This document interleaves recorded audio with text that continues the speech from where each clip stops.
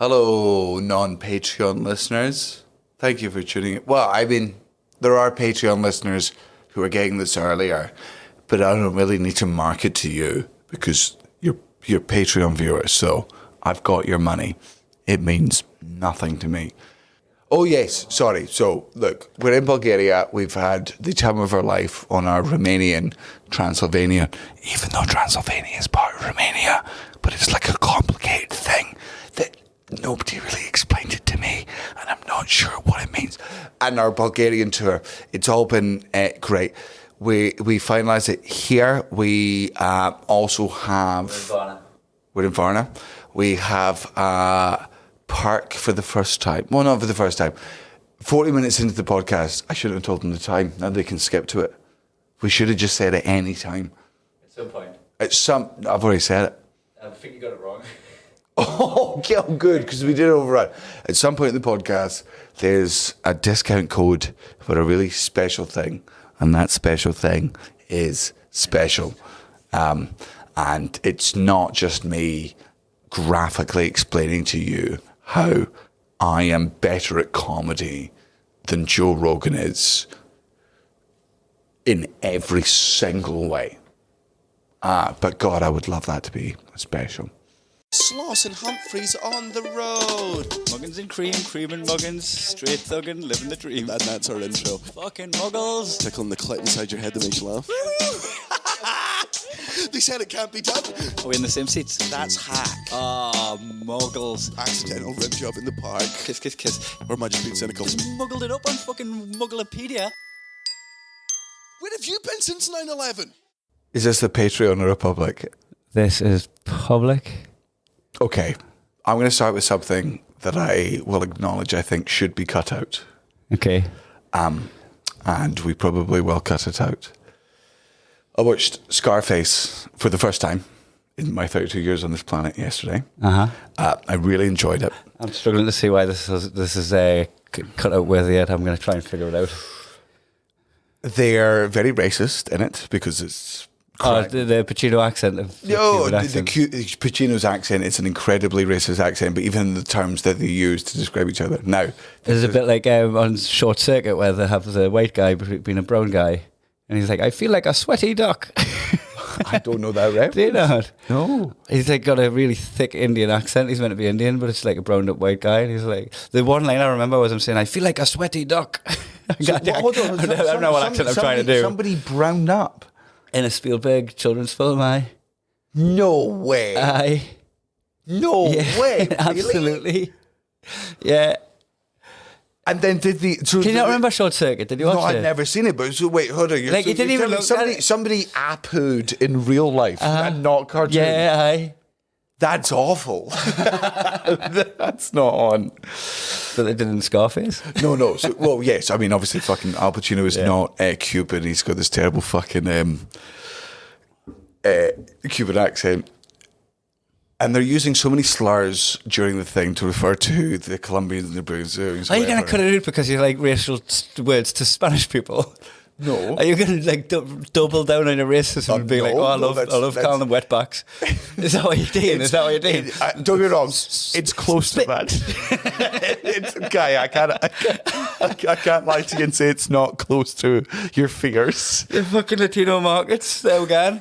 We want to get to South America. It doesn't come... I promise you, I know I'm racist to the Spanish. I promise you what I'm about to say doesn't come from a place of hate. I promise you it only comes from a place of immaturity, ignorance and silliness. That doesn't forgive what my brain did. But you know, when your brain does something that you don't... Intrusive thoughts, man. You're not in charge of your thoughts. Aye, but if that intrusive thought makes you smile... If the side of your cheek just lifted a little bit and you were like, you had a little sparkle in your eye, oh, the intrusive thought got through, Daniel. That's actioned. Yes. Fucking 10 points to Gryffindor. That's my exact problem. So, in the movie Scarface, at some point somebody uses the slur, you greasy wop. Oh, right? Nice. I just actioned that. Right. I want to call that like. And that was like, man, that was racism before my time racism. Like, I obviously, as a fucking white man who lives in Scotland, has never truly heard even the term greasy wop. But it doesn't make used it makes us want to use it against like someone like Gareth or something. Like, the person that's not about. Well, because you're so far removed from it. Yeah. Because that's racism. Like, I wouldn't call him that late. I mean, Cullen would. So, they used the term greasy wop. I was angry at myself for laughing at that term so much. And then my brain started... It created this song. Do you remember the milkshake yop in the UK? Barely. Do you remember? Was it in like a glass bottle? Was it like one of them like Yakult ones? It was no. It was a Probiotics. milkshake. No. It was a kid. It was for kids. Okay, right. And the advert was, and their mouths would get really big. I remember this. The whole advert was these teenagers and these kids before they drink it. The whole concept of the advert was their parents would come in and be like, "What do you want?" And the kids would sing with extended mouths, "Give me yop, me mama. Yop, me mama. Yeah. Yop, for when the morning comes." And your intrusive thought that you sang with your mouth. Greasy wop, me mama. Me mama. Wop, me mama. And I was... There you go.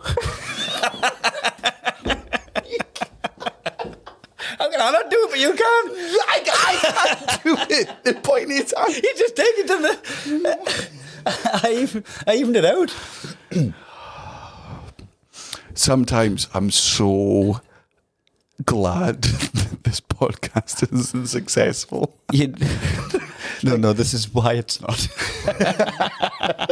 No one's getting behind it. No, but like so we're in Bulgaria at the moment. We've done 3 days in Romania. So we started off in Timișoara. If you've listened to our Patreon, you know we were in Timișoara. You're gonna talk about how like, you were like, oh, we'll come back every year after this, like every single tour we do, obviously, unless we get cancelled. And you'll be like, you'll still be fine here. Like it was it's yes. So I'm obviously Like, if anyone that's listened to this podcast or seen my show, my most recent one, you know the whole thing is about the concept of fucking cancel culture in the UK and America. And if anything I think has added weight to my argument that cancel culture doesn't really actually exist for comedians is the fact that I promise you I could say the N-word on stage and like really and go beyond what Alfie Brown did and just attack black people using the N-word. I guarantee I could do fucking anti-Semitic jokes to the nth degree. Don't say like you want to. Don't say nth degree. Leave something to the imagination in that, don't I? To the nth degree. I could do that, and I believe there would absolutely be rightful consequences in the UK and America. Balkans will still take you in. Like. I'm still selling out in Europe, man. Like, even though there'd be protesters in France, there'd be more people inside the building cheering it on. I do feel like this is the inverse of India, where like cancel culture was very real there and very like you could actually get disappeared. Yeah, aye. But I feel like here it's a bit more just like, he said what? Yeah. Well, man, like literally, I don't know if anyone's... I posted it on my Instagram last night in the comedy club in Bulgaria, and it's called the Comedy Club. And we've spoken about this on the podcast before. One of our favourite things about touring around Europe and other parts of the world is sometimes you get to go to places where you meet the people who invented stand-up comedy there. Like, we'll never meet the people who invented stand-up in America because they're long dead or they're too famous that we'll just never cross paths. In the UK, if we talk about the fucking 1990s, the punk years, like I've met some of the people responsible for it, but a lot of them are fucking dead. You're never going to see the people that fucking created the scene. When we go to Estonia, because of people like Ari Matti, and when you go to Lithuania, because of people like Paulius, you get to meet people in these new parts of the world where Bulgaria has only had independence since fucking 1989. It's really fucking... Brand new. New. Fucking Estonia is similar. Infancy. In their infancy, and they're developing their own culture. So eventually, in every culture, stand-up does come up in some format. And to get to meet the people who... At the inception. in Of the these scene. countries is fascinating to me. Like there's also deep, profound jealousy within me. That you weren't one of the pioneers. Well, just because I believe that, you know, if there's ever a book written on the history of stand-up, you and I will only at best be footnotes. Aye. We'll only ever be sort of things. Yeah, it would there. be like a fucking Bill Bryson digging deep mentioning that like first places in certain territories, but it would like nobody's reading that far. No, and it's only if you click the footnote on the Kindle and it takes it's only if you're those other people. Whereas I believe the people like Ari in Estonia, the people like Alex in Romania, the people like Ivan in Bulgaria, these people, they're the ones that went, we're going to do the first comedy. Like the comedy club in Bulgaria is called the Comedy Club, right? So we were there. I've said this on the podcast before. I love the Comedy Club in Sofia because that's where I found out I was getting my Netflix specials. You cried. Sobbed my fucking eyes out. I'm going to be rich. Just get your fivers out of your pocket. Fivers at the time. But so last night we come back to Bulgaria and we've not been back since the X tour, and it was very early on in the X tour. It's before the X tour Just after my wedding. Yeah, it was before the X tour was killing me and making me depressed. So that was the last time we were in Bulgaria. So we go to this comedy club called the Comedy Club in Bulgaria, and Alex, our promoter, sorry, not Alex, Ivan, our promoter, is like, where do you want to go? We can go to this nightclub, we can go to this bar, and I'm like, please just take me back to the comedy club because I'm just so desperate for really self-indulgent nostalgia. Like to me, Did you not pronounce the G in nostalgia? Nostalgia? Oh, you said nostalgia. Did I? Like Anastasia. Yeah, did I? Nostalgia. Nostalgia. That's me. I've watched too much Al Pacino and Scarface. I'm being racist. Nostalgia carbonara, please. I got Appalachia. Do you mean alopecia? No, the mountains. You got nostalgia in the comedy club, but they'd redecorated a little bit, so it wasn't as it wasn't as an impact. Not just redecorated. You had to work out the whole dynamics of the building. So the stage had moved to the side. So I remember so vividly because it was such a. We'll come out from behind the stage. Yeah. No. Oh yes, we did. I think we did. Buddy. Sorry, you're right. We did. I think it was that storeroom at the back. Yes. Right, and I think when you done this video to Cara, again, this is the place where I cried like a baby. Mm-hmm. I think you're just in what would have been the bar. Yeah, no, I think you're right. I think it was more because they got there wasn't a toilet backstage, but there was a shower, and it was in the shower in which I was given the news I had 2 Netflix specials after that morning, screaming down the phone to my manager, saying the words. You thought he was in the shower, it was all tears. He was like, look at this puddle, I must be in a shower. It's all over us. I can't believe this whole venue is a shower. What is this, the Holocaust? Yeah, you put the sprinklers on. So like that morning I told Marlena that I didn't want to wait for Netflix to give me specials because I was bored of waiting fucking 3 years. And then in this venue, I come off stage and find out. So I was bored of waiting 3 years. Where's my Netflix special? That is what was happening. Yeah, and I fucking stand by it. Like I'll not do it now, but I can give you the list of who else was given Netflix specials before me, and we'll be able to point out people where they had less of a following already. So they're bringing. Is that how you saw it? Like, because you were saying that you already had an audience that you'd built across Europe from doing Conan. So like, yes. So like that's part of the reason bargaining. The reason I managed to get the Netflix specials wasn't because I was better than any other comedian or I had better shows than any other comedian. Deep down, it is Netflix are building their reach, and if you can prove to them that you are doing gigs in Romania, Bulgaria, Estonia, Sweden, these new markets, if you can guarantee people from those things will come. Yeah, like that's a fucking big sell. If you're pulling people in from like the parts of Europe to get Netflix accounts, because why does that only say 2 minutes? Oh, because I've just put that on. That's the backup record. Oh god, I just didn't miss but I realised I hadn't pressed it, and I was like, you know what? Even though I've missed the beginning, it's still good to have backup. Sorry for interrupting. I don't want us to lose any of this. Yeah, so that's the reason I got the fucking Netflix specials. It wasn't through any talent of my own. is, as always in this job, it's not a meritocracy. It's Russian roulette luck and blind devotion to an art form that might not give you anything back. We get to the comedy club. I say specifically to Van last night, I wouldn't really want to go back there. On the wall in Bulgaria, on the way down into this beautiful underground comedy club, they have the history of stand-up in Bulgaria written on the wall. And it's all written in Bulgaria. And it starts from 2012. Like, again, that's how in its fucking infancy stand-up is here. So that's when the comedy club's established. That's when they invent it and they have to teach audiences how to understand stand-up and what it is. Train your crowd, because that's good with opening a new place where people haven't seen stand-up. Yeah. Is getting them some good comics on, get them to love it and understand how it works, self-police the audience. And it must feel so rock and roll. Like, because, I mean, that is what punk was originally. Punk was literally, fuck everything that's going on. We're going to go to this other place that we've made just for ourselves, and we're going to do this thing that no one else will let us fucking do. That we'll find fun. Just for these. That is every single place in the world where comedy it started. That's where it started from. To actually get to witness that, even if it's in, you know, a country where stand-up isn't popular, I think is a... and what was nice about it on that little route where it stopped, the stop on the route was you visiting, like, 2016 before the Netflix specials, English-speaking comedy or whatever, and the road went on for quite some time because that was actually quite early in the development of Bulgarian comedy. Yeah, and lots happened. It was 4 years in. And they were so desperate, again, that a way to validate your comedy scene to the people that come and see your comedy is if you can bring international comedians to your new thing. Don't you look fucking great? I did think it was very Bulgarian to put your ex poster next to Louis C.K.'s poster.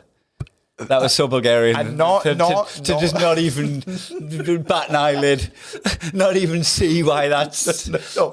Man, not even put the posters side by side. In the wall of history, it goes, on October the 9th, 2018, Daniel Sloss did a show X about rape and sexual assault in Bulgaria.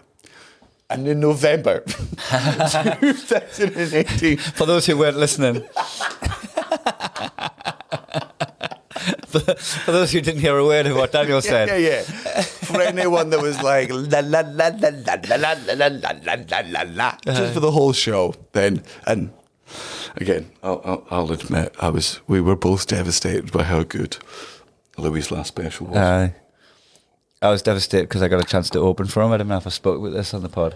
I got a chance. Do you want to speak about? Oh, yeah. I can't remember if I have. I might have. We don't hold much back. But I got asked to open for him, and I was just like, because he'd been asked in the past, as well.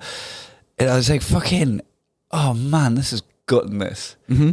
It's gutting because just rewind a couple of years back, and you're just like, fucking dream come true.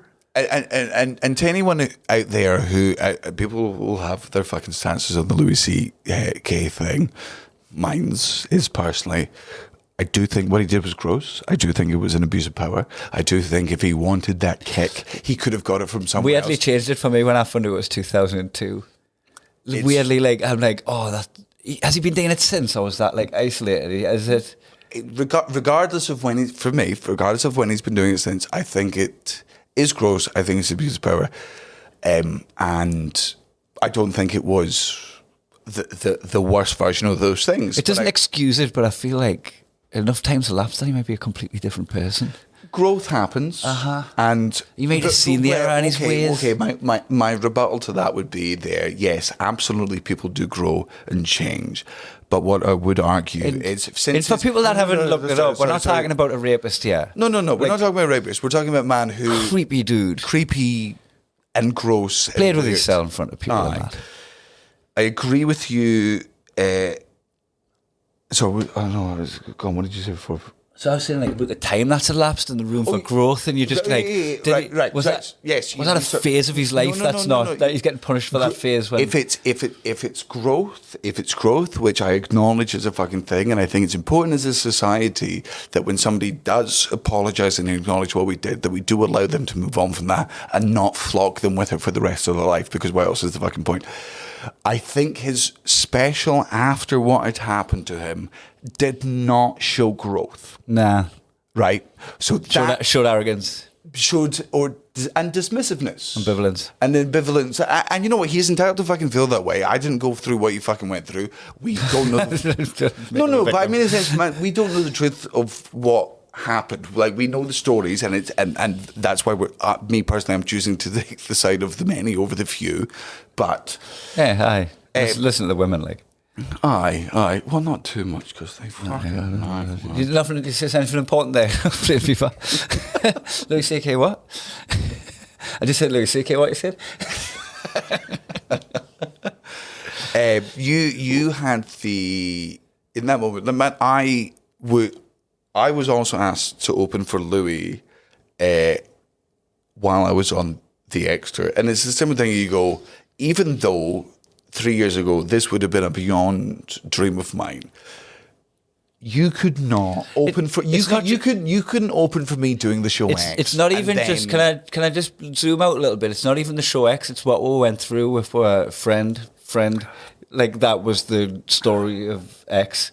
Like, after the experience I've had with somebody, I don't even want to get close to anybody like that. That's had fucking red flags for days. Yeah, anyone associate. You feel like fucking trying to wash the stank of the guy off you. You know, afterwards you're like, he hid behind me like a decency beard. Yeah. And like, my decency made him look like a good guy because he's hanging around with fucking somebody that's like you could vouch for. Okay, so there's a part of me that's just like, I don't want to be running red flag motherfuckers. Like, aye. Oh, no, that's good. No, man. I don't think I'd consider it that way, but that is, you know, for a bit of money. But Danny, I would have had me praise. Fuck, I would have had me praise. Or like 10 grand. Oh, really? That would help me family, that. Okay, let's get into this because, and this is going to sound... Pay 10 grand off your mortgage, and now you're paying 30 grand less over the course of it. This is a very arrogant point of view from me, and I apologise for it. I am at a point in my life where I don't have a price. Oh, yeah. Like, yeah. House is paid off. The house isn't paid off, right, but I'm comfortably paying the mortgage. Because the thing is, like, it's weird how you put your price, because I just never want to downsize. Yeah. So I never want to have to go, I haven't really got enough money for the mortgage. We could sell this and get a smaller house and we'll easily reach it and we'll get a bit more money in the back burner. I didn't want to do that. So that, like, my thing's just like, stay there. Man. So the way I've got a price is if, like, I go, ooh, so I can maintain this for me and my family. Yeah. So I can maintain this for, like, guaranteed the next fucking few years. It's sorted. Things could go terribly wrong for me, and I'll still be in this house for the rest of my life. Aye. Like, yeah. And that's why that makes you sad when it comes to, like, somebody who's, like, fucking actually does something reprehensible. Yeah. Like, let's just go for Philip Schofield. He's right there. He's not gonna, like, his quality of life's not gonna change on the. That is the bit. Like, he's still living in a mansion. Yeah, it's a man who's beyond the age of retirement, complaining that he doesn't get to do his job anymore. Approaching age. I don't know how old he is, but I'd say, like, I think he's younger than me dad.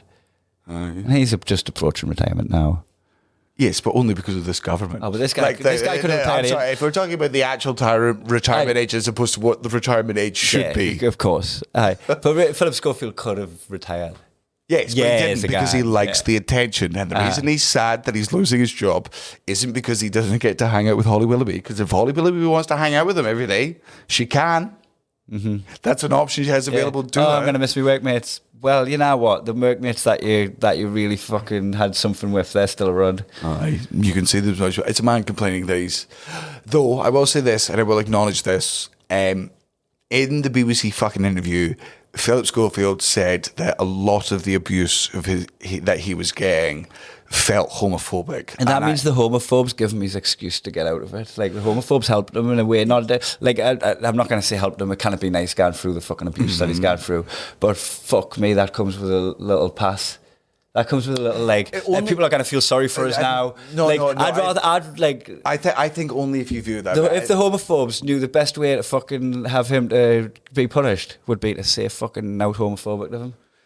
Yeah, like they've actually like their whole agenda of being homophobic has actually fucking helped his cause. I understand what you're saying, but on the other side of that is what you're doing is you're giving people who have never cared about Philip Schofield or shown any interest in any of this stuff allowed suddenly to have these public opinions and to be like, well, you know, hey, that's what they're all like. And often you'll get like a bit of inflated homophobia in society off the back of anything like that. Because like after people have been talking about him and in that vein, then they're gonna have this in their head the next time they see like two guys kissing. So I think also hand him the fucking responsibility for doing that now. Yeah, I just man, like here's a really, really better's not the word, but when you're numb to everything and you've got faith in nothing, you know, what's the word? Jaded. So yeah. Here's a really jaded opinion on the Philip Schofield thing. The reason he vaped is because he wanted to appeal to Gen Z. 100%. It was so fucking transparent. I've been vaping a lot. Oh, have you also been playing Minecraft, you fucking virgin? And also just doing the fucking anxiety pretzel. He put his on the anxiety pretzel and fucking had a vape, and you're like, you just got all these fucking anxious vapors just feeling for you now because I see yourself in you. Man, when I used to vape 24 fucking hours a day, I did press when I didn't vape for an hour. It's like, I know this sounds jaded, I know this sounds convoluted, but when people are involved in this industry for so much, you have to understand it's very hard to believe that every single thing isn't calculated, that it isn't all designed by a press team. And this isn't to say what Philip Schofield said isn't true, but it's to say because of the way the entertainment industry, which he's perpetuated, is going on, I now have this thing, I'm like, man, you could be being honest, or you could have the greatest PR team behind you. Yeah, everyone's which media is like, trained. they cry and they're like, and keep hitting, unwise, but and not every illegal. now and Unwise, again. not illegal. Unwise, not illegal. And then vape. Because if you do unwise and not illegal, you'll be in a 30-second TikTok clip. And if we learned anything from the Amber Heard and Johnny Depp fucking trial, it's that 30-second clips defeat the entire 7-week process for the masses. Yeah. Speaking of, we've got to pay our respects and acknowledge what a wonderful day that Dave Longley has had. Oh, it's been so funny. You know, I was talking about, I read that book, Stolen Focus, and I've got loads of fucking methods of staying off my phone, and I'm reading more books, I'm watching films and that. I optionally chose to spend my day on my phone because I didn't want to miss a word Dave Longley said on Instagram. We put up, so just to kind of get onto that, I have now, because I'm a weak, pathetic, addicted man, I've taken Instagram off my phone. It's now on yours, and it's now on Kara's. Kara's doing my social media stuff now, because if I have social media on my phone... So when I post a clip today, I just post it from mine, invite you to collaborate, pop onto yours, hit OK. Yeah, and for the first time, because I used to be on my phone all the time, and because I used to be fucking obsessed with everything, like, it's just off. I haven't seen... anything. I've missed every time Dave Longley trolls our fans, and I almost forgot that he did it. You asked me yesterday, you were like, hey, we're going to put up a clip. It's where we make fun of the Scouse accent. Do you think that's fine to put up? And I'm like, man, all of our good Scouse fans are not going to give a fucking shit. They're not going to give a fuck about this opinion. It wasn't about the accent. I was like, it was because when I first mentioned about the Scouse accent, I went, it's like you're talking about a 10 out of 10 gorgeous lass, and then she has a Scouse accent. And my thing was just like, and now I'm saying that in the moment as a bit, but putting it out to the wider world, it's objectifying. Yes, yeah. Okay. It's like, oh, what? We're still rating women out of 10. The answer is yes, we are. But like, Scouse women. We're still rating Scouse women out of 10. We're rating London women and Edinburgh women on their degrees and on their knowledge. We're still rating Scouse women on their looks because until they get anything else. I'm very sorry, that's not my opinion. I'm going to dig the hole 6 feet deeper and 6 feet wider. Anyway, so You know, and I loved because Sensei Carl from Have a Word, he reposted it, and the comments were so funny because they're like, "Why are these two melts thinking they're talking to tens?" Like everyone also fair everyone point. responses how months away, and they think they're talking to tens. Is like, ugh. Thanks, you're like, man. oh no, but guys, I'm rich. I'm still going up the chart. Yeah, man. When you're working from 2s and 3s, very rarely are you not going up. I say her as a 10. I'm going to finish that. I don't want to turn it into rosé. Oh, don't do that. So we released this video today, and then just randomly while we're going through the fucking airport, you're laughing, and when we're backstage, you're fucking laughing, and you're just like, Dave Longley is on one. And my favourite bit was, before I'd even read, because my Instagram is now in Kara's phone, she's getting everything. Like all the fucking comment, somebody commented on your post. Yeah, because I get that now when I've got like my Instagram open, your notifications still come up on the top. You got to turn them off. Cara was just like, I went in today, and she quotes so many things back to me. And look, hey, to the podcast listeners, we know you know, right? The whole Dave Longley bit is he pretends to be a Christian, a very, very Christian, hates swearing, male obstetrician, who hates swearing, but is a fan of our comedy and just wants us to do better. and even though he does this under every single post we've ever done, he is the master baiter. He's a troller. He's the master baiter. He baits like better than anyone else. Dave Longley is the biggest master baiter I know. He's the king. Easily. Aye. He's got some sick burns. Like some of the stuff he was saying, like while he was attacking us for swearing during this thing, was also able to, you know what, instead of butchering it, let me just quote all of my favorites. Somebody, like, because he talked about us being misogynistic, and somebody replied saying, you call them misogynistic, but the only clip on your timeline is you asking a woman in the front row to sit on your face. And then he sent us the video of what it was on his thing, and it was a video of him doing crowd work, but he dubbed it over with Roy Chubby Brown.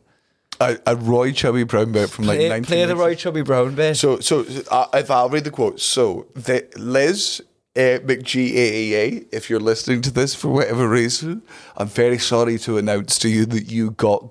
You got. Your comment was, not sure why you were going nuts against the comments against two people having a convo about accents when you yourself swear and make gross comments yourself, such as the first video you have on your profile about getting some lass to sit on your face and swearing too.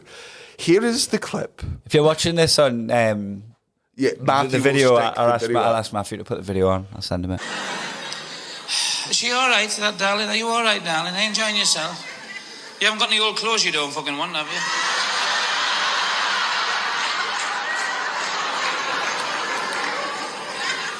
No chance of you sitting on my face after the show, is there? I'll guess you wait with me tongue. I'd have to have a fucking strong mouth, I'll tell you that. Strong mouth? Close your legs or borrow a comb and tidy your minge up. It's one of you.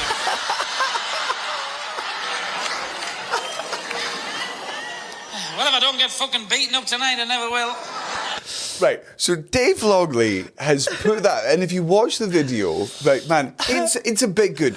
If you are under the age of 25, you will not be conned by the fact that this is very clearly a different video of Dave Longley doing stand-up with a separate audio of him doing things. Like, but it's not an HD video, so you can't see his mouth move, and he cuts to the audience when they laugh, so it's a nice edit. Fucking, I'll call him it, Rooney didn't get it. I sent it to Rooney, and Rooney was like, Jesus Christ, and I'm like, that's not him. That's Roy Chubby Brown. So, Matt, that's one of the most racist, misogynistic comedians that fucking still works today. And well done you for calling him a fucking comedian, right? I don't.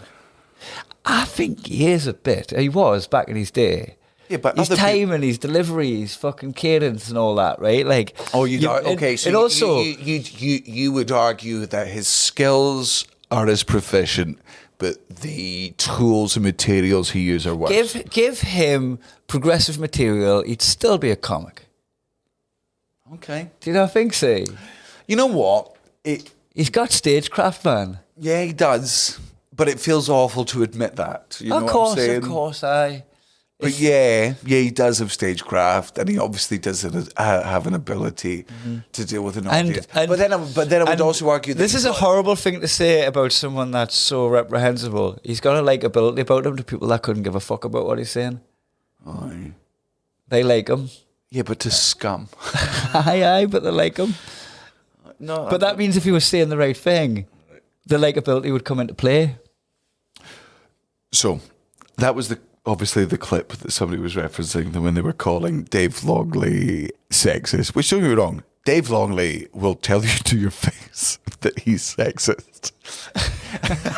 And that's because You don't know where the joke starts and Dave Longley begins. no, and that's the joy of Dave fucking Longley. Let me get this. Right, here we go. So, to Saul with 3 O's, hey buddy, I don't think you listen to the podcast, but if you do, I'm really sorry. You got fucking unbelievably got. Your comment was, I've touched a nerve there, big man. Hard stand-up comedian with his one clip of his stand-up, which is the one we just showed you, and 50 clips of his vanity muscles. You didn't even use your own audio in the clip, you melt. So this guy was so close to the joke, but still missed it. Yeah. So he knew he got dubbed. He was like, that's not even your own joke. And you're like, man, you're almost there. You're almost at with the fucking gaggers. Need to get yourself back in the gym and out of the comment section of successful comedians, you wet wipe. Dave Longley. How are they more successful than me? I'm a part-time stand-up comedian making money as an obstetrician for Bupa. I've got 6 houses and I can walk down the street unrecognised. Who are you? You're just a guy a landlord will find in a state of undress after they've had to force their way inside. Saul then replies, I didn't say he was successful. He goes, I'll not read the whole fucking thing. The important quotes are, doesn't seem like you're a very successful obstetrician, either saying as you have all this free time to fish for arguments online instead of delivering any of the 2,385 babies born each day in the UK. I would say quit your day job, but it seems anyone would be better at it than Big Davy Dickhead over here. Davy Dickhead. To which Dave only replies, I've delivered 3 today, been on the ward since 5 a.m. I'm allowed to go on my phone between women making a fuss and carrying on. No. It's so good. He replies, we'll look at you go, following the example for you to set all by those strong women doing one thing slightly more painful than having a conversation with you. To which Dave Longley goes, strong women, each has an epidural. Pathetic. Like every woman lowering herself to talking to you. There's 50 odd comments on that thread. I got to say to the podcast listeners, thank you so much for just letting it happen. We have to just let this go on. Please, for the love of God, we're all watching Dave Longley masturbate. And for the next couple of years, we're going to watch Dave Longley masturbate. Please let him masturbate. He's so good at masturbating. And all 10,000 of us can get really profound enjoy. Don't like it. Don't comment. Yeah. These people, they're not podcast fans. They deserve to be slightly bullied. Will the likes make people think that they're outnumbered a little bit? Like, you know, if they can, oh, there's a bunch of fucking idiots, like this guy's gathering some people, or will they go, it's a joke? Like, will they get it's a joke? Don't like it for any reason. Either way, I think is successful. I think what Dave Longley is subtly doing is he's making the podcast bigger because he's creating engagement. Yeah, which puts they always get more hits. The ones where he's fighting with people. Also, do this. Follow him. go and click on him and follow him. Yeah. Because then... Well, like, no. Don't, he only posts pictures of self-weightlifting. Go and see Dave live, and if you want to support him, Go and watch his hand him body. 50 quid. He doesn't admit anything to the tax man. Just... Shoplift. Aye, but please... Does he actually shoplift? You guys on Facebook about shoplifting? He's always saying about what he shoplifted. And like I say, you don't know when the joke starts. And Is he shoplifting? I think he is shoplifting. Of course he fucking is, man. I think he's shoplifting then talking about it on social media. Such a funny thing to do. And for people that don't get this and don't like it, fucking fair enough. But like, please, Your mum didn't like him at first. My mum fucking despised him because She would be took it on earnestly. during COVID. She got. My mum got. She would be commenting on how Dave Longley. And we've literally covered this in the podcast. Have before. we done it? Yes, and very recently talking about how Dave Longley was very openly against a lot of the lockdown measures, and because of now of the research being done, knowing that the lockdown measures and the masks actually didn't do as much as we thought. At the time, he didn't feel like that. That was the stance that he was making because everyone was super sensitive. But he always stood by, this disease is real and these measures are stupid. Uh-huh. And Dave Longley is thrilled that every single bit of research that's come out since then has proved him correctly. Yeah. So the bit I want to go to. So we stick that video up online, making fun of the Scouse. Now, I like and dislike making fun of the Scouse because I very openly despise the Liverpool football team from top to bottom. I hate Everton more. Really? I think they see us as a rival club and they haven't really liked us having any success. Like they've been Mackems about our success. So the entitlement of Liverpool fans doesn't scratch the fucking skin off your body. You know what as well? Like as if they've got a God-given right as people who couldn't read the Bible. I've chatted to loads of people from like Liverpool and Everton fans in real life, and I've had like intelligent. They know a lot about football, right? You can have intelligent conversations with them. Yeah, the social media output. To be fair, You can't judge people on their social media. Sorry, I've never had a bad time with a Liverpool fan. Or if it wasn't for social media, I'd have no beef with Liverpool and Everton. I feel like, you know how the loudest of people are the ones that are heard the most? Like, I feel like, you know how you can, like a comedian in real life, and you can have like fun in their company and you can enjoy their set, but you see their social media output and you start building this fucking picture of them in your head as being fucking... Yes. Right? Like, if you didn't have social media, you wouldn't have been influenced on your opinion of that person. Yeah, right? I feel like as football fans, it's that. Yeah, because every single experience I've ever had being in Liverpool physically myself, and not even just as a comedian, It's been as a really tourist. fucking level. Yeah, it's been the Balanced best. conversation. Yeah, you're right. Okay. Like I spoke to a lot of Everton fans on the day of the last game of the season when the mate got relegated, and they were just fucking nice, honest, decent people. And I was chatting to them, and I started like in that moment rooting for them to stay up because I was around, humanised, you know. And then you see stuff on social media, and you can. But that's what I'll see of each other.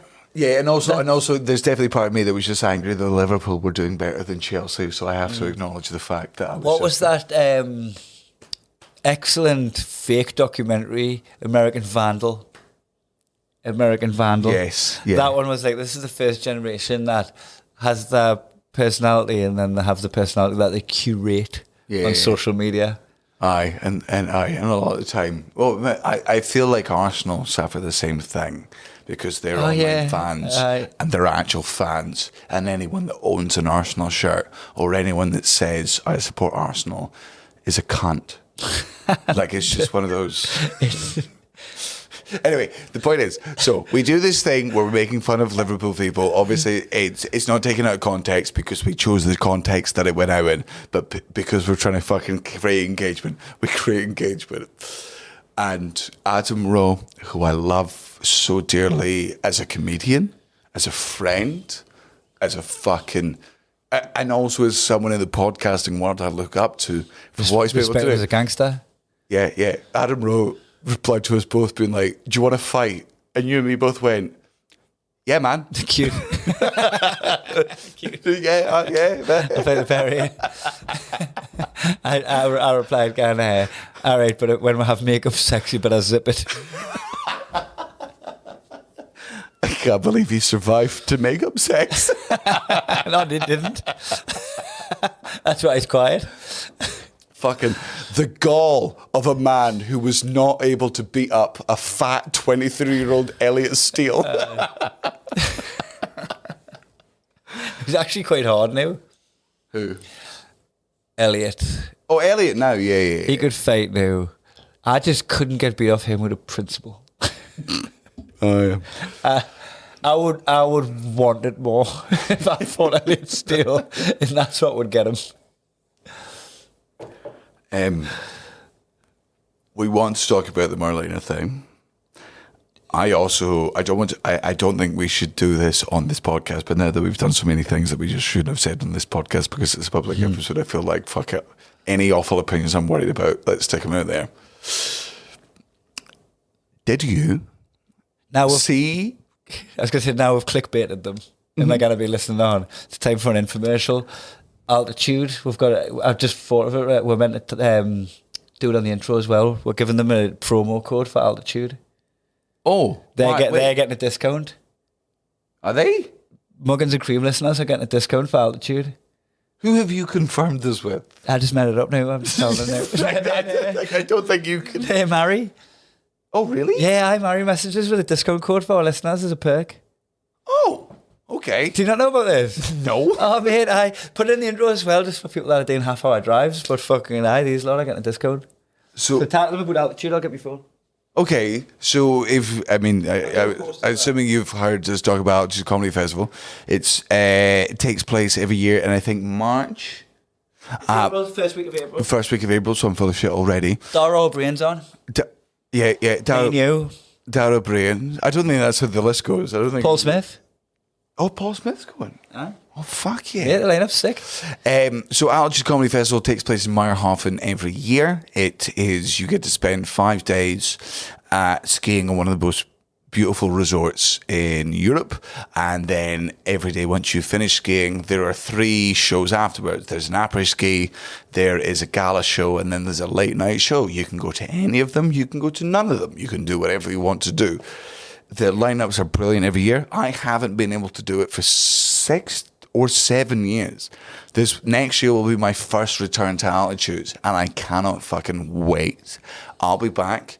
First time in about 7 years for you. Yeah, 7 years. We both had last year off because... Dara Brian, Mark Nelson, Gareth Wall. Yeah, do you want the line out? Oh, here we go. Kai Humphries, Daniel Sloss, Paul's. Oh, you put yourself at the top. I put myself at the top. That's the poster. Aye, sure.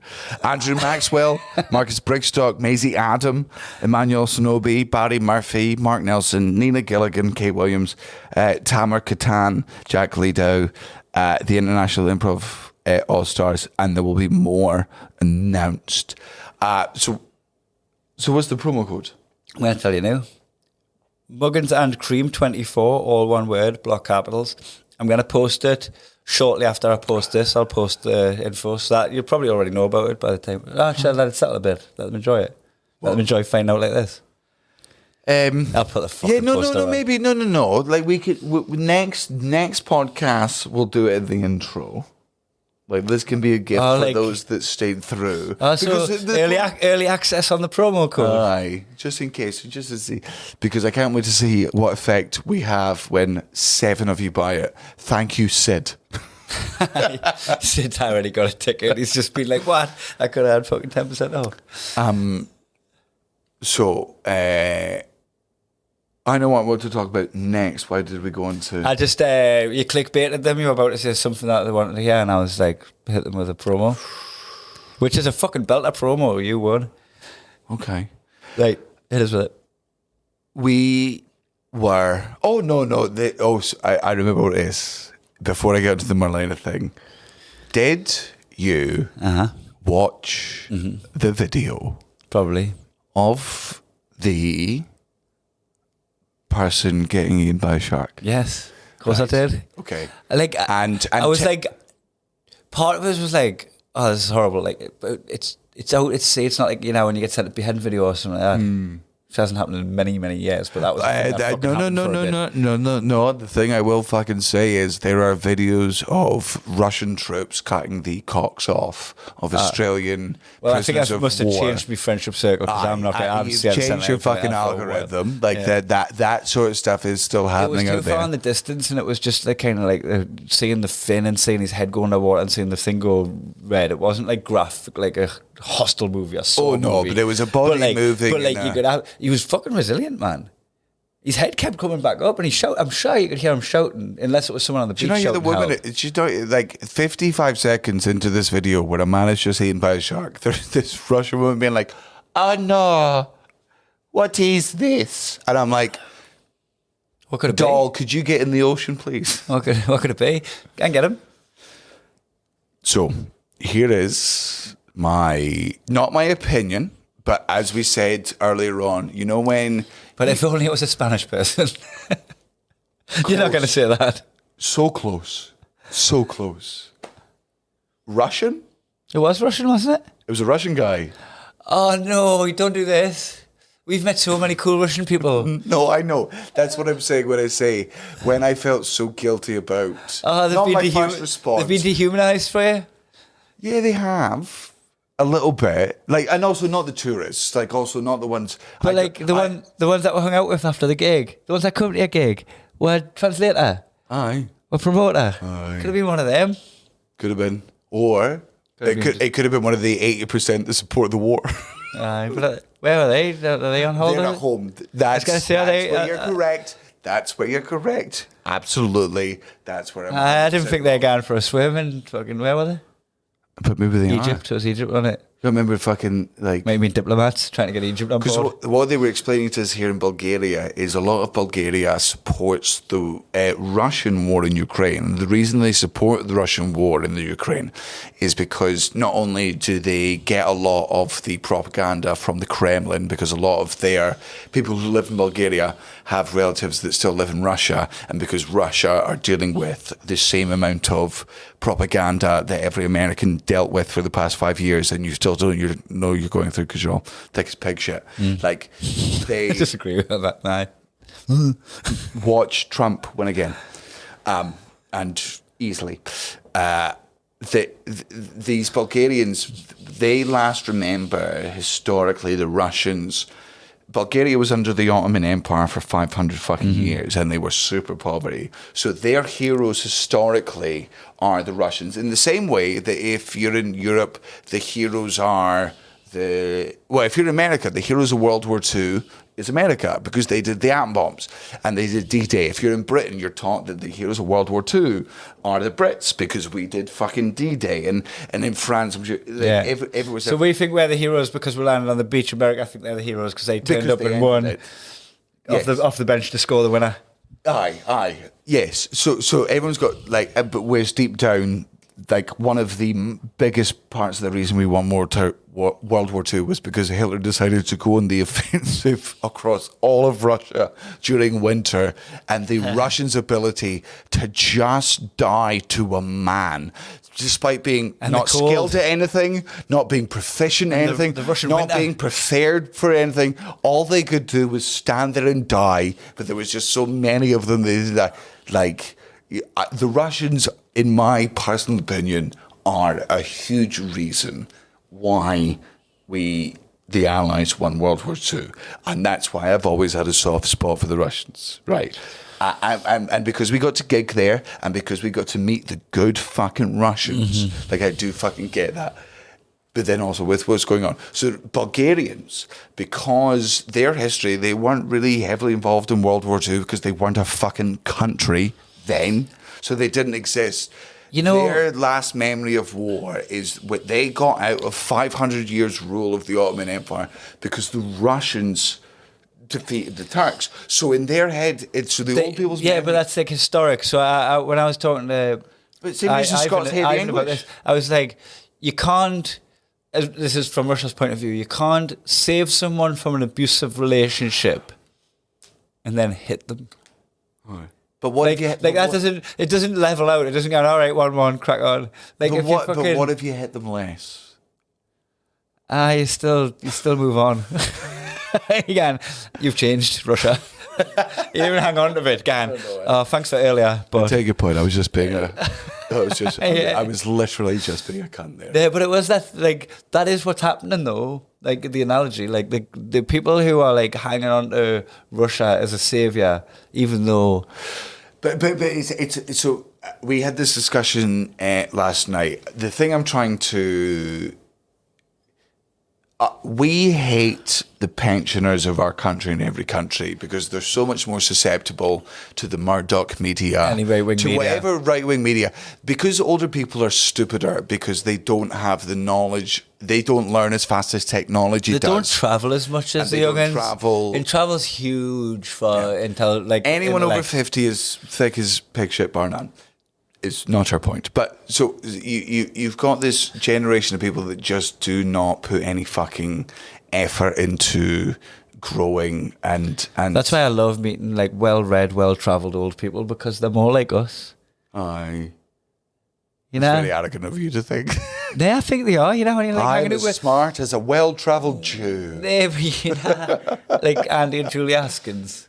Oh yeah, okay. You know what I mean? They've they've seen the world. They've fucking like that. They're not right wing, angry, close the borders.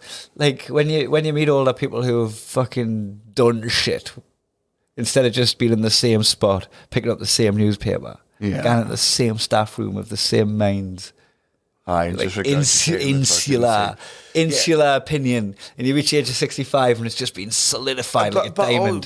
And not even just that. Not even just the fact that they're insular. There, you have a propaganda machine in the form of Murdoch's media, which is designed by scientists. Yeah. By And they get it right in every country. And they get it right everywhere Fox they News, go. Sky News in Australia, Sky News in the UK. They get the subtlety of it right. They know your flavour. They know exactly how to make you hate your fucking neighbour, because if you don't hate your neighbour, you become very aware of what they're doing. So I'm trying to have more compassion for the older generation, like my grandparents' generation, who read the Daily Mail and think it's gospel because they're stupid. Stop listening to Piers Morgan. Yeah, stop. Turn off Sky News in the background. Stop reading the government printed Get it right. lies. Chat to and people. Talk to people. Get to Bulgaria, chat to Bulgarians. Like, the other iteration of that, which I think you are ignorant of, and I am also ignorant of, is the reason Andrew Tate is popular is we do not understand how powerful TikTok is because we're not on TikTok. Yeah. The number one influencer in the fucking world in 2022, the most influential between children the age of 13 to 17 was Andrew Tate. Right? gotta be Kim Kardashian with him second. Or like Jenna or whatever. Whoever. No, it would have been fucking Bieber. It would have been fucking. But he's now. He's above, and the reason is because Andrew Tate in a 10-minute conversation, 20-minute conversation, Bullshits with confidence. 30-minute. No. Anything above 10 minutes, he would be destroyed. Tom Segura, I love your comedy. I think you are a fucking piece of shit for ever having Andrew Tate on your podcast. I think it was irresponsible. I think it was ignorant, and I think it was a pathetic way to get more followers. money for you. And I love your comedy, but that was disgusting. It was you knew what he was. You can pretend He had his praise. You pretended that you know it's about. It wasn't that. You know what he fucking was. Andrew Tate is found out after 10 minutes of how dumb he is. Man, he's autistic. He's a very autistic person. Listen to him talk for more than 10 minutes. He's autistic because he was violently abused by his dad, and she was justified by his mother, who was violently abused by his fucking dad. Listen to anything he fucking does. He is a really damaged autistic person. Does that mean we should have a little bit of empathy for firm in that. This guy needs diagnosed, he needs help, he needs treatment. No, because not treatment, but like damaged people have to fucking have at least 1% of wanting to help themselves. If anyone has read the book Shuggy Bane, you will know that the last chapter, when the main problem disappears, it was a great day. There is a responsibility in the person to become better. But what TikTok does is Andrew Tate sounds logical in under 30 seconds, in the same way that Jordan Peterson sounds really smart if you only listen to Jordan Peterson for 5 minutes, right? If you listen to Jordan Peterson, if you watch any of the shit Jordan Peterson's doing his own TV show now, which I have done, it is hysterically funny. It is a scared white man yelling at black shadows on a wall, right? That's he's backed himself so into a corner.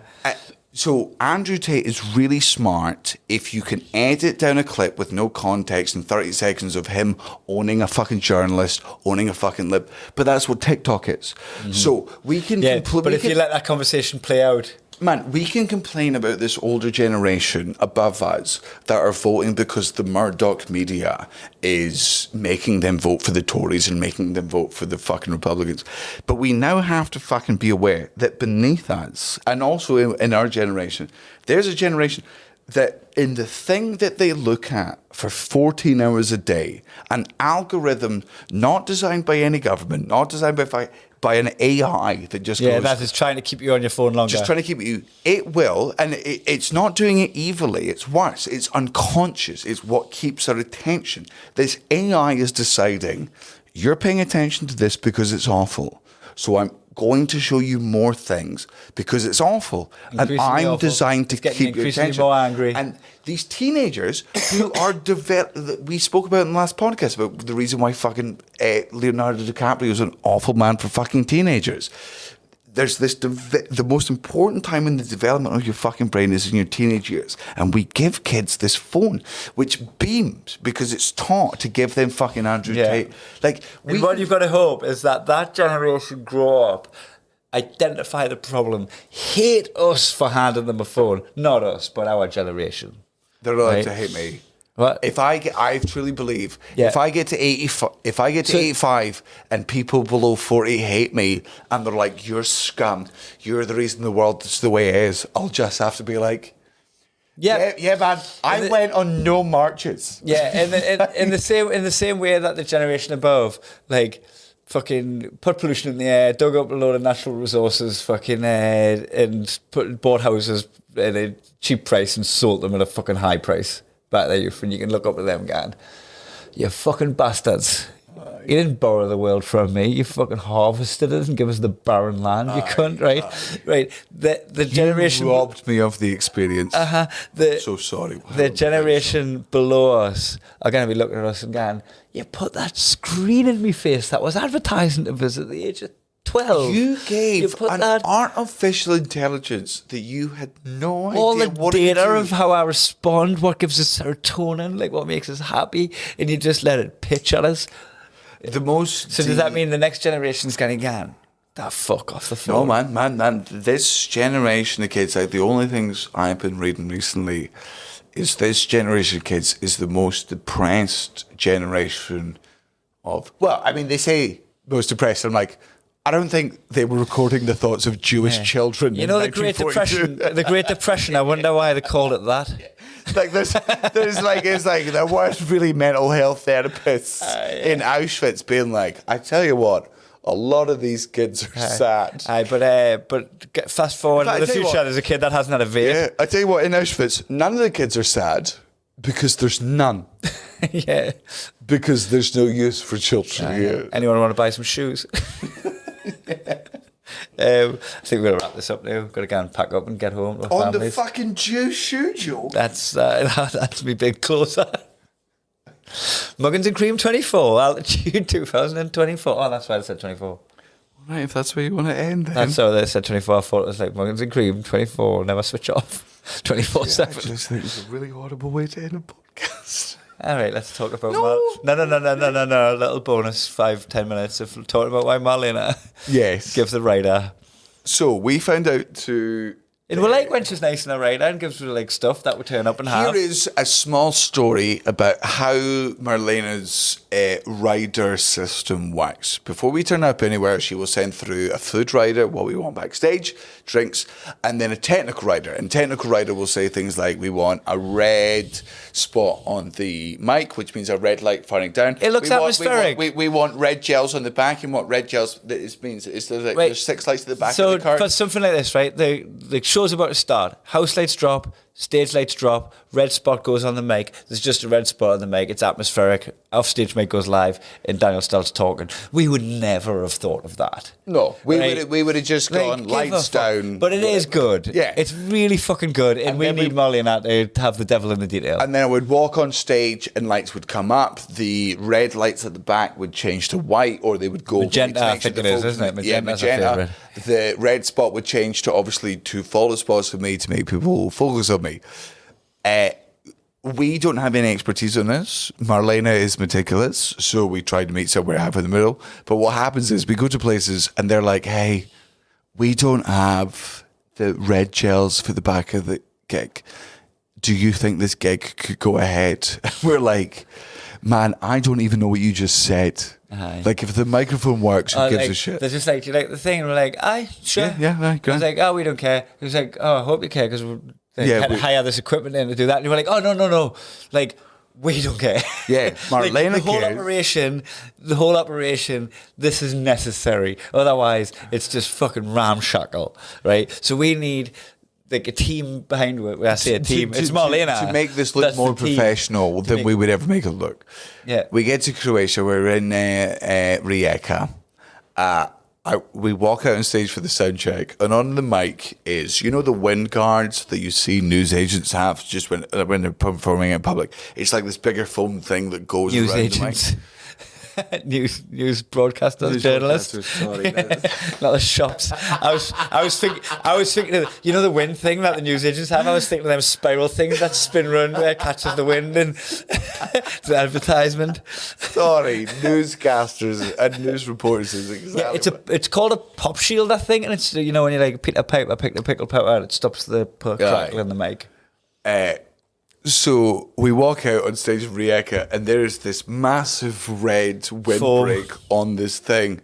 And then every time we hold it up to our mouth, it looks like we're a clown because there's this red thing in front of our mouth. And we say to the people, let's get rid of this. I'd rather my voice was popping. Yeah. I'd rather my and voice was popping than me wear this. You asked for it. And we were like, we didn't ask for it. And then they showed us in the rider, it said, red spots on Spotlight. the mic. Shorthand for spotlight. So in their Croatian translation, in their third language, Red that's spot? what it fucking meant. We didn't realise what should also put on And we didn't find out till we were drinking. We've been to Bulgaria. This is our third time here. We've been with Van and the comedy club people every single time. He told us tonight that there is something in our rider where Marlena says, at midnight, you have to give the boys the option to go home because they will never go home themselves. They'll just stay out. They're very polite. They're very polite. They'll stay out forever, but it's important. Which is really nice, actually, because... Hold on. I'm just thinking about the times where I've had someone like fucking Guy Stevens or something like that, right? okay, you know, if they'd give us the worst. If they'd give us an opportunity to get out, it would be like fucking bang. Relief. Yeah, okay, Right. okay, yeah. But the majority of the time, we're staying out because we want to stay out. In fact, you know what? I don't think I'm giving myself enough credit. I'd fucking absolutely eject myself from a situation I didn't want to be in. Yeah, of course you would. But I'm absolutely gone. Right, anyway, early flight tomorrow. There's no argument with it. Like, I'd get myself out of there. no, yes, if you were super uncomfortable and you weren't enjoying it, but you will admit, and this is where Marlena is right, which is horrible to admit, there would be points when if we stayed out with someone till 12, that before then, if we didn't like them, we'd leave. But if we stayed with someone till 12, we won't leave them till 5 unless Aye. they tell us to fucking leave. Like it's like if somebody keeps Yeah, us but out like- till 12, we would never make the suggestion to go home. If we're enjoying ourselves. Of course. So it's like, you know what she's doing? It's like, get him to the Greek. It's like fucking, these have got an early flight Are you tomorrow. calling me a massive rapist? Yep. Sarah Marshall. It's a completely different film. No, but you did narrow it down because we could have just pretended that Jonah Hill was the rapist. Yeah. I get him a cleaner scope. Jonah Hill is a lovely man and was not the most evil thing in the movie. Get him to the Greek. P. Diddy in that. Is he in it? I don't know, I think so. I'm not sure, actually. That was the other one. Well, to be fair, I can't imagine how many people were silenced in that movie.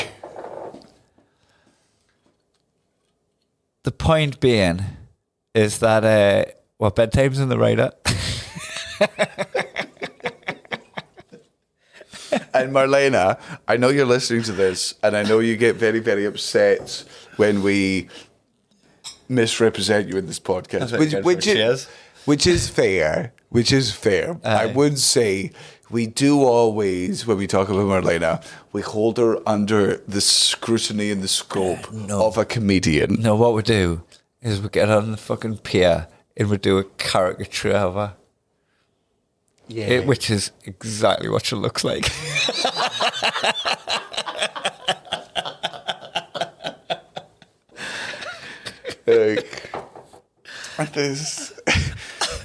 Marlena, I fucking love you, but I gotta fucking tell you right now, 'cause I cannot fucking believe you put a bedtime in a rider.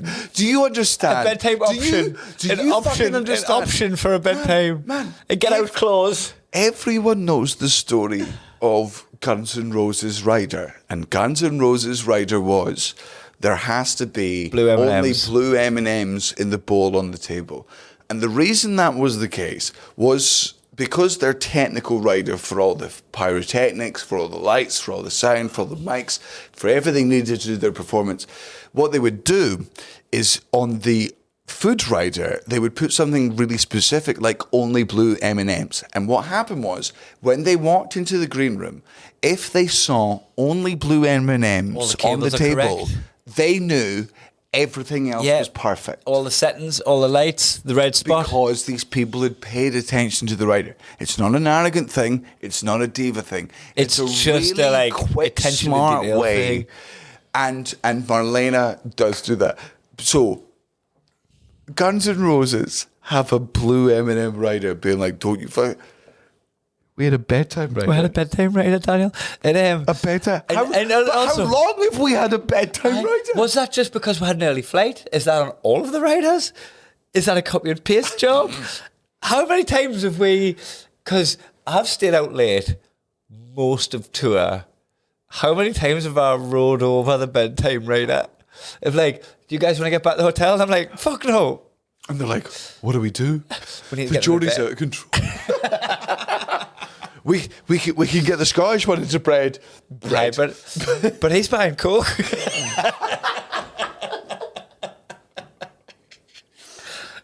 And he's just read 2 lines and the Scottish one's staying out as well. Looks like we're both staying out. How long have we had the bedtime rider? How long have we had the bedtime rider? Marlena, how long have we had the bedtime rider? You fucking bitch. Mate, we still get gluten stuff. The amount of gluten-free stuff that we've left. No. Look, as much as I do enjoy besmirching the good name of There Marlena. was gluten stuff the other day, so it might have been from an old rider. Was there? Mate, I think you're just blind to them. We turn up, there's loads of stuff, and I think you just go like Terminator, like fucking checking out the size of people's jackets and shoes, right? You going crisps, M&Ms, right? There's a whiskey, boop, right? You fucking haven't got a Scooby when else is on the table. Man, I approve the options, maybe like again, gluten-free biscotti.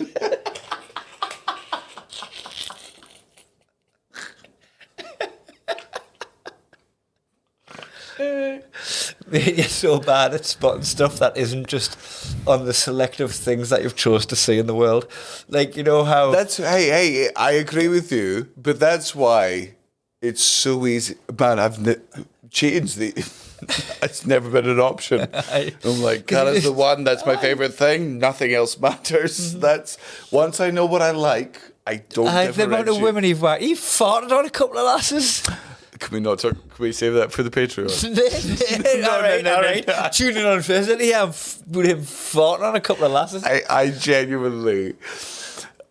I cringed for like an hour. Did you? Because you seemed remorseless at the time. I had to. You styled that shit out. Mate, there was other people. I don't want to talk about it, man. There was other people saw what you did. I really, we've done an hour a day and I don't want to fucking talk about it. I'm not in the mood. It's something I cringe over in the shower. I would never have guessed that. And I've known you for a while. I thought you were... I don't want to fucking talk about it. Later on, you fought in the lift with me. Look, you're doubling down. Our next gigs are in Canada. We've got several weeks off. The podcast. I've got Matty's stag do in Southampton, and nobody else is coming. It's just me and Matty in Southampton. When's that? Like the week after next.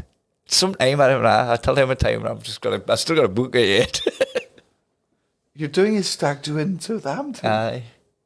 He got his Matt Letizia to fucking ask us to marry him. Whatever. He done the cameo from Matt Letizia.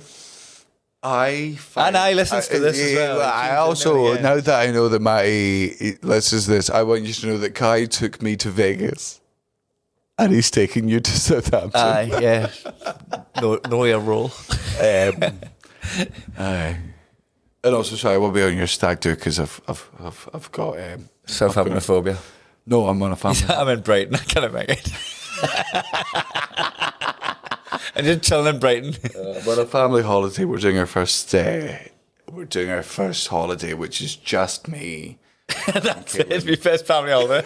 Just me. Going to Tenerife. Hey, I'm really sorry for this episode. Thank you for listening. What we're talking about before we talked about you farting on lasses. I was about to say about how fucking blind you are to stuff in the world. You were talking about how you're blind to women existing, and I was like, I could see that the day when you fart on people. So I'd lost my jacket, and you know when I lose stuff, I make a scene. You never get involved. You're just like, all right, you've lost a thing. It's not just, and this isn't even in defense of me. This is, I'm going to stand up for Natalie here. It's not that when you lose something, you make it everyone else's problem. Whenever anything happens to you, you make it everyone else's problem. You are the only person I know who will walk into a room of other people who are fed and go, I'm hungry. And everyone goes, okay. Yeah, get this guy fed. Oh, yeah, team effort, community, sense of community. So I say this is a man who helped you look for your wedding certificate on your wedding day, and my wedding ring on my fucking wedding day. Yeah. So man, I've been there for you. Right, I lost my jacket. It had my retainers in the pocket. So I showed you sympathy, man. Oh, you did. Right. I put real effort. But Danny, this is what I'm saying. This isn't about you being mean-spirited. This is about you having blindness to stuff that isn't even interest to you. We get into the taxi to the next destination, and it just so happens to be the same taxi that picked me up from the airport in Romania that was taking me across the border to Bulgaria. It just so happened to be the same guy. We didn't know that when we got in it. No. That was just a taxi to us. And if I left me coat in the taxi, bye, gone forever. Right? We didn't have a fucking number for the random taxi that took me there. So this taxi arrives, same fucking dude, right? And you get in the back, I get in the middle, Alex gets in the front. And I just fucking like, I don't know why I looked in the back. But I was like, my fucking jacket's underneath your hoodie. And I'm like, is that my fucking jacket? Is that the jacket I wiped my arse with when I shot in the back of the car? I think it was. Mate, you got in the back. You got in the back with the elusive jacket that you knew I'd lost and just popped your hoodie on it. Like, you got into not an empty back seat, a back seat with the jacket that you've seen me wear since last summer. I bought it last summer. Right? And now my retainers are in there. You just chuck your hoodie on it. And I'm like, underneath your hoodie, I'm like, You know, in Vegas, I put in the WhatsApp group, I've lost my credit card, British Airways credit card, right? And my Coke. I'm going to take a punt that they're in the same place. I put that in the WhatsApp group, right? I remember. A few people are like... I remember getting that text on my phone when I was using your credit card. Okay. Like, I froze it. Right? I borrowed everyone else's Coke. I got into your room and he went, do you want a line? Is you fucking cut my Coke with my credit card? And I'm like, you know I'm looking for that. Off my phone with a text of you asking for it. With 2 blue ticks.